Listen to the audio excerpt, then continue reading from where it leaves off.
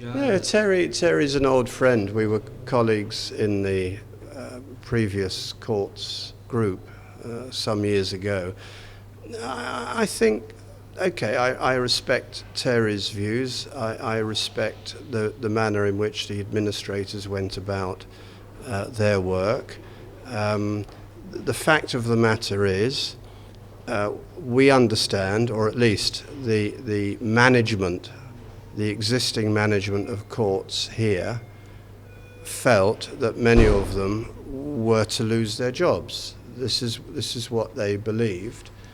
And the furniture manufacturers also believed that they would be at a disadvantage if Courts Asia took over Courts Mauritius.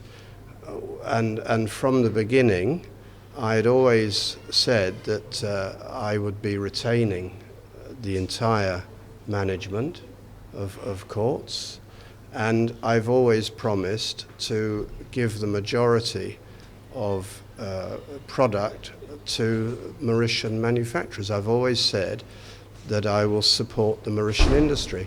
There are 4,000 people involved in furniture manufacturing in Mauritius exclusively for courts. In total there are 12,000 people involved in Mauritius in the manufacture of furniture.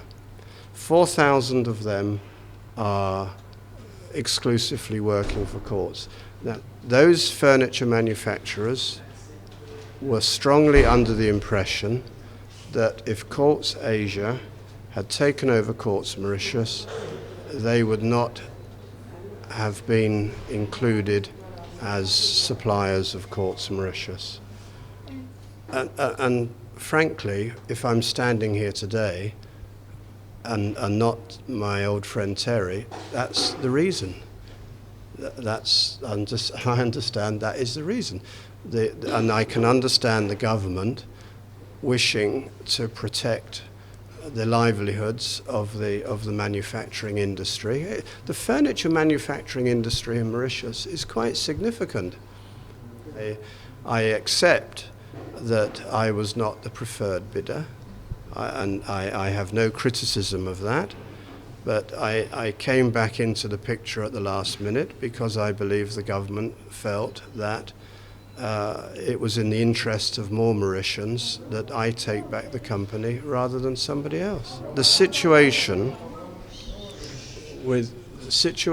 at courts at the moment, as also in Iframac, for example, is disastrous. The company has been run down for so long. There is virtually no stock, and it's effectively finished. It's effectively finished. Normally, in situations like that, receiver managers are appointed, not administrators, and receiver managers quite often close down businesses in the situation that Courts is in. And the government, I believe quite rightly, has stepped in to try and keep the businesses going so that they can be sold with minimum unemployment and with minimum unhappiness. But frankly, it is not possible to retain 100%. What we are doing to comply with the government rules and regulations, the redundancy will be done on last in, first out. Many of those on the list will be young people with very short terms of service, maybe just months of service. So, okay, it's sad, but it's unavoidable, but in the vast majority of cases, they can use the experience that they've had with courts and move on. Any of the top management or mid-management, there is parity with the general staff in that regard.